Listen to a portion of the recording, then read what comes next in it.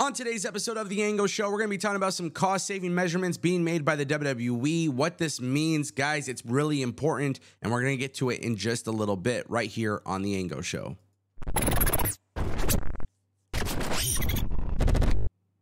All right, guys, I want to kick things off with some AEW news. Wardlow speaking out at Terrificon. Very interesting stuff here. So basically, he was talking about the depression of not being on television and how that's impacted him and how that's affected him. He says, so I've been off of TV for almost a couple of months and I've been very depressed. Wrestling is my everything and it makes me happy. Keep in mind, we saw Wardlow hold the TNT championship and then he dropped it to Luchasaurus, but now Christian Cage is holding it. And look, I love what they're doing, by the way. I just want to put this out there. With what they're doing with Christian on Collision is fantastic stuff. I hate that it's at the expense of Wardlow. But basically, since then, we haven't seen Wardlow on television. We're not seeing him on Dynamite. We're not seeing him on Rampage.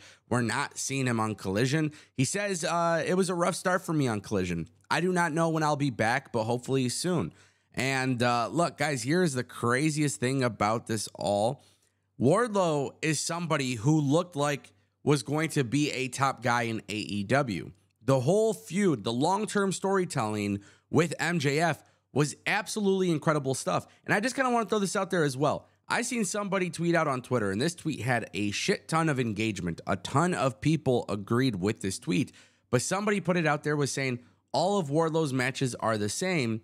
And after a while, fans were getting sick and tired of it. And I really do not understand where this whole notion came where people were getting sick and tired of Wardlow's matches. Because quite honestly, I did not notice a difference. I feel like Wardlow honestly was, despite the weird wonky booking and inconsistent booking, the crowd still was pushing for Wardlow to win these big matches. And I feel like this was one of the mistakes that AEW has had. I've pointed this out literally since the very beginning of AEW's time. When they have momentum with somebody and then they eventually lose, that momentum is gone. And they have a very hard time building that momentum back. It doesn't mean it's impossible. And I'm not taking a dig at AEW because if you watch my channel, if you follow me on Twitter, if you're in my Discord, you know how much I truly love Collision. I think Collision is the best show. It is the best thing that AEW has ever produced in their entire career and their entire existence, right? But let's just be real, right? We saw Wardlow lose his momentum. We don't even know what the hell's happening with Jade Cargill. And those are two of the most prominent names who are supposed to be top stars in this company. Some people might not agree with me. Some people might not think of Wardlow as a big star. But I think if Wardlow's talking about being depressed and he has like this feeling of, you know, kind of being unhappy about it, right? Because he doesn't know, like creative doesn't have anything for him. There is another company out there that will find something for Wardlow. And the best part is Wardlow, and I'm not even just talking about WWE because I think Wardlow is everything WWE looks for. And I could see WWE making a very big substantial offer for when he is a free agent. But I look at New Japan as another great place for Wardlow. Even Impact Wrestling. I think there's a lot of great places for Wardlow. And, you know, I feel bad that he even felt a little depressed because he even told the audience when he was doing Terrificon, like how happy it was for him to see everybody. And it just kind of changed his mindset a little bit because he finally started to feel like himself. That's massive. That's important. I don't want to see AEW drop the ball with him. I understand they got to get other people on TV. They're trying to tell other stories. But sometimes when somebody has momentum, you don't want to ruin it. You want to capitalize. And I feel like ever since he got the big win with MJF, it never rebounded. I want to turn our attention to some WWE news. We're going to kick things off with some Roman Reigns talk. Guys, we talked about Roman Reigns being injured. Now there's a whole bunch of talk about WWE potentially planning alternative endings to the match against Jey Uso. But the real thing here that is very interesting to me is the talk about Roman Reigns and his injury. Because, of course, we don't know too many details about his injury. At this stage of the game, it is an undisclosed injury. There are clips online that are surfacing where you can see Jey Uso going for a suicide dive, literally telling Roman Reigns to move. And it looks like Roman may have not been in a position. When Roman Reigns gets hit with the suicide dive, you actually see him whisper to Jey Uso. That appears to be the moment where he got injured.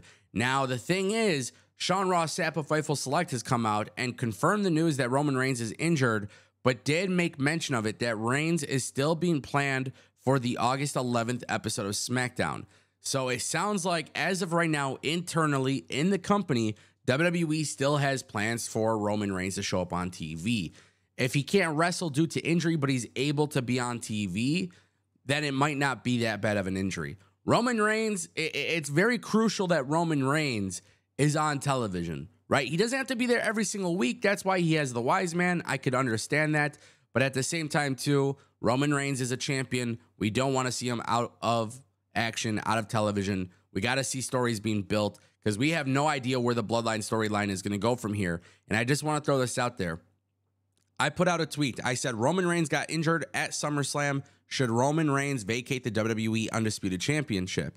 And a lot of people actually believe that Roman Reigns should not vacate the belt, which is a really good thing because you would never want to see this historic reign end due to the belt being vacated, right? So I want to throw that out there. I think Roman Reigns is absolutely incredible. I think he's a great champion. Obviously, we want him to be healthy. We want all of these wrestlers to be healthy. With that being said, it doesn't look like it's too bad. And if he starts missing TV, we'll give you guys some updates on that. All right, guys, Ari Emanuel speaking out. If you're not familiar with Ari Emanuel, I've brought him up several times on this channel, but get used to it because next month when the merger ends, Ari Emanuel is the guy who officially owns the WWE. And look, it's going to be a very interesting thing. But during Endeavor's earnings call, CEO Ari Emanuel, he revealed that the preparations are in progress to basically get into immediate cost savings once the merger is concluded. So Ari Emanuel said that there are plans underway to make cost savings and synergies happen immediately upon closing. And of course, everybody is wondering, what does this mean? Are we going to see roster cuts? Are we going to see corporate layoffs? Are we going to see them change their whole mindset on where and how WWE produces their events, right? This is a very big change that could be coming, and we don't even know what it's going to be until the merger is concluded. Now, one of the big things is typically when a merger happens, you see a lot of people from a corporate structure end up leaving their jobs or get removed or laid off. They get their severance packages. We saw this happen with Warner Bros. And Discovery when they merged into their company. We've seen this when AT&T bought DirecTV. Like, we see a lot of these things happen. It is very common for this to happen. But a lot of people are wondering, what does this mean for the roster? And will the roster actually see any sort of impact from this? Now, so far, since the whole merger and everything was announced, we have not seen releases. We haven't seen these mass releases. I am not one person to speculate on somebody losing their job. If I see content creators do this all the time. Oh, 5 people who should be released. I think that is ridiculous. I'll never do that. Let me just be very clear. If WWE is going to do roster cuts, it is very possible it could happen, right? Endeavor taking over WWE, UFC, trying to cut costs, that could be the route that they go. With that being said, though, if they are cutting production costs, if they're changing their mentality with how to do events and things like that, that could be realistic as well. It could also be very realistic that people in the marketing department or people in the back offices and the headquarters could be losing their jobs. It's a shitty topic to talk about, but the reality is we don't really know what to expect. And we got to keep in mind too, there could be a potential opportunity where UFC marketing people are also working with WWE or people on the graphic design team. Things are about to shake up in a very massive way. I really hope it doesn't have to impact anybody, but as we all know, it's business and these things happen. But Ari Emanuel being very clear that there are plans underway to make cost savings decisions. What are those decisions going to be? What do you guys think they will be? I want to know. Let me know down below.